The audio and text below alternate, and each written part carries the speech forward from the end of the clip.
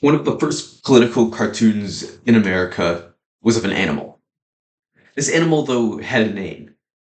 The newspapers named it Jerry's Mander. They named it Jerry's Mander after Elbridge Gerry, a politician who drew Massachusetts congressional maps in a very interesting way. You see, Elbridge Gerry drew the Massachusetts congressional maps in order so that his political party would be able to collect more representatives by drawing the election maps strangely. And he had drawn his election map so strangely it looked like a salamander. Thus, the cartoon and Jerry's Mander. And Jerry's Mander lives on today. In a news story, which is also our prompt, is SCOTUS's decision upholding Texas's redistricting the right call? We see that gerrymandering is still all around us. You see, Texas has just gerrymandered several districts in order to boost Republican odds in the midterm elections. So, to analyze this story and whether the Supreme Court made the correct call, we'll look at three separate points. We'll start with the background story and look at Texas's redistricting plans. Second, we'll look at the actual Constitution, the American Constitution, so that we can have a better grip on the legal landscape of this case. And third, then we'll talk about the political philosophy, specifically what our founders might have thought about this situation. So let's get into it. The background. The Supreme Court recently ruled on Texas's redistricting plan. So let's start with why is Texas redistricting? Why does this matter and what are they doing? So, you see, the districts for representatives in the U.S. House of Representatives are drawn by the state. The state legislature, the state Congress, has the authority to draw these maps. So the Texas Congress, which is dominated by Republicans, redrew these maps in order so that 5 more Republican congressmen will likely be elected by Texas and sent to Washington, D.C. than last year. This matters because right now the U.S. House of Representatives has an unbelievably tight margin. Only 1 Republican representative makes them stay in the majority.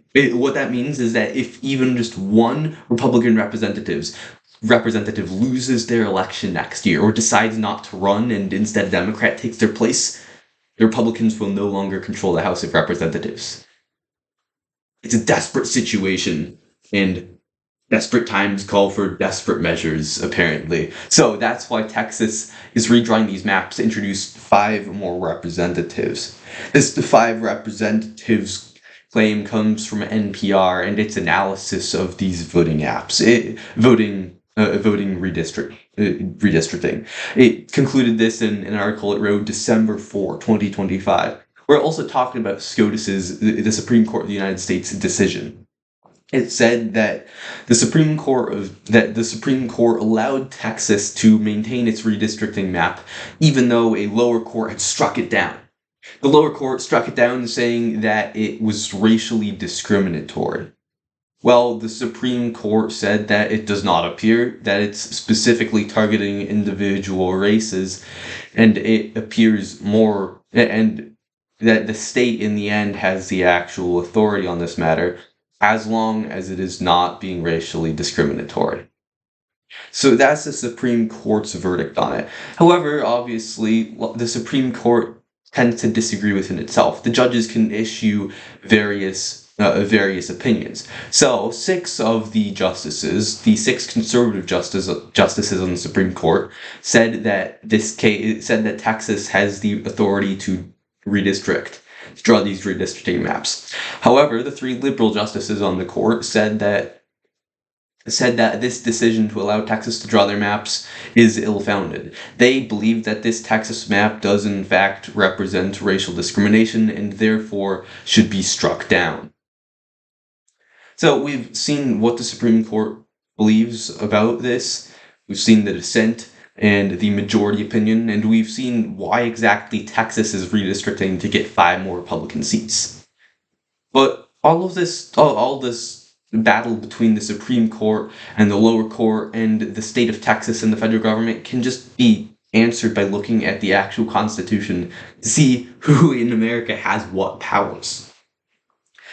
Article 1 of the Constitution says, Section 4, says that the state has the authority to run elections for its representatives to Congress, right? The state has authority to determine the time, the place, and the manner. That's the actual wording of the Constitution, the time, the place, and the manner of how representatives will be elected and sent to Washington, D.C. Now, the Constitution does lay out parameters, saying that those representatives must be chosen according to districts, and those districts must be evenly spaced depending on population. For example, Texas couldn't draw a map that says that one representative is elected by 35 million people, and the second representative is elected by simply one person, and that a third is elected by 2 people. That would not be a legal map because it must represent the population equally. Also, Article 3, Section 1 of the Constitution says that the judicial power rests in one Supreme Court. So what we can see from these 2 sections of the Constitution is that, 1, Texas does have authority to redistrict its maps, even if those maps are gerrymandered or drawn unfairly to benefit one political party. And 2, the Supreme Court does in fact have the final say on this issue. The founders would likely agree because, of course, they wrote the Constitution. Federalist 39, which is a paper meant to support the Constitution, written by Alexander Hamilton, said that it's essential that the representatives do actually represent the people and are not chosen by and that these districts that the representatives are drawn from represent the general population.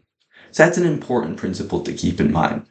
It might not be exactly fair what Republicans are doing right now in the state of Texas. So the principle to keep in mind is this: probably don't make your congressional district look like a salamander.